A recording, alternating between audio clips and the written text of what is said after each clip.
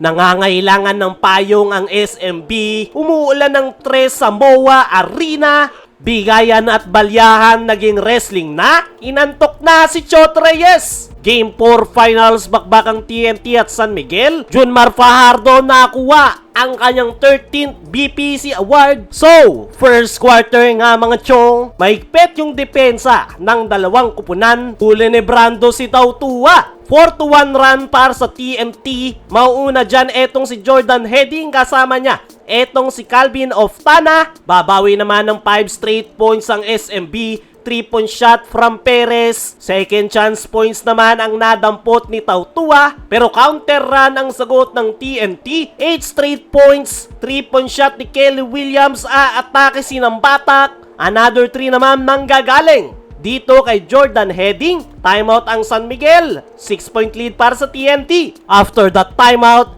Jordan Heading pa rin. Sinayawan lang yung depensa ng San Miguel Beermen. Kasama niya dyan na itong si Branto na naka-steal sa kabilang dulo. Paisa-isa lang yung sagot dyan ng San Miguel from Bronjal. Nagsisimula ng magpainit yung outside shots ng TNT. Pull-up jumper from CJ Perez. Sasagot naman ng reverse layup etong si Henry Galinato. Sagutan na ang dalawang kupunan. 3-point shot from Don Troliano. Buburayin agad yan netong si RR Pugoy. Timeout ang San Miguel. Lobo sa 12 ang abante ng TNT. After that timeout, babawi ang San Miguel. Nice footwork from Wala Tautua. Naka-steal naman si Jericho, sabay takbo sa kabilang dulo. Na-high blood na naman si Chot Reyes, sinisisi na naman yung referee. Eto naman si Brandon, mission failed ang kanyang posterized dunk, pero no problem para sa TNT. Uminit na yung kanilang outside shots, 3-point shot ni Gobuntin at buzzer beater ni Jordan Heading. Kaya natapos ang first quarter, 18-35, 17-point lead para sa TNT. Pagpasok ng second quarter, mainit pa rin si Jordan Heading. Aatakihin niya yung baseline ng San Miguel. Aatake naman etong si CJ Perez para sa San Miguel.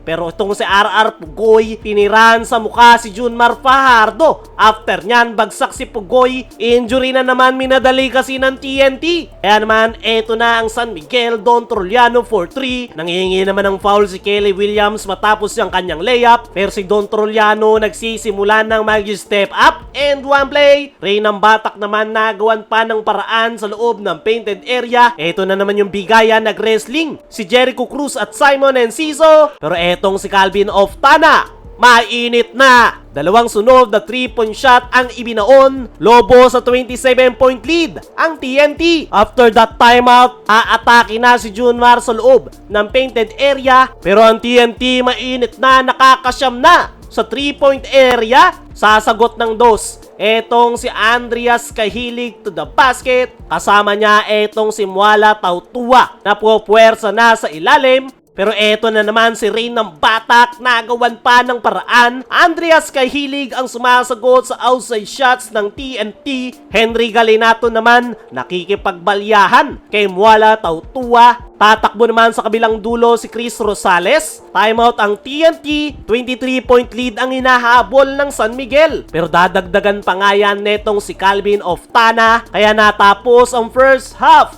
40-65. 25-point lead para sa TNT. Leading scorer si Calvin Oftana with 15. Don Troliano naman with 9 para sa San Miguel Beermen. Pagpasok ng third quarter, Calvin Oftana ang unang bubutas step back jumper. Alat ng simula ng San Miguel, turnover. Junmar Fajardo hirap sa depensa ng TNT. Kaya naman tinake advantage yan ng TNT. Dalawang beses makakatakbo etong si Calvin Oftana. Papatayin muna ni Don Troliano yung apoy na yan. Timeout ang TNT. 25-point lead para sa TNT. After nyan, lalo pang namaga yung kalamangan ng TNT Tropang Giga. 11 straight points para sa TNT. Umuulan ng 3-point shot. Napapapalakpak na si Chot Reyes. Basag na yung depensa ng San Miguel Beermen. Another 3 from Simon Enciso. Timeout ang San Miguel. 35-point lead para sa TNT Tropang Giga. After ng timeout na yan,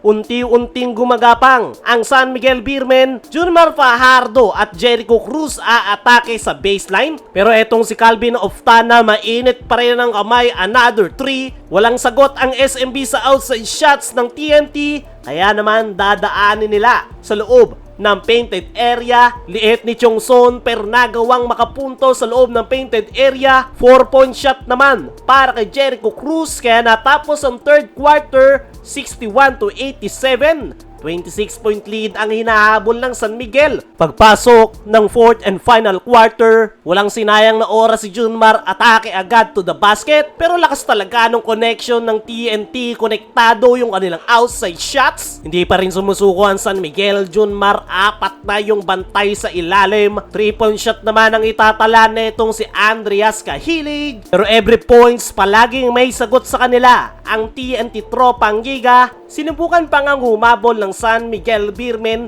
pero mainit pa rin talaga ang TNT. Swak na swak ang bitaw ni Calvin Oftana. Naboring at humikab na si Chot Reyes. Tatabla ang TNT ngayong finals.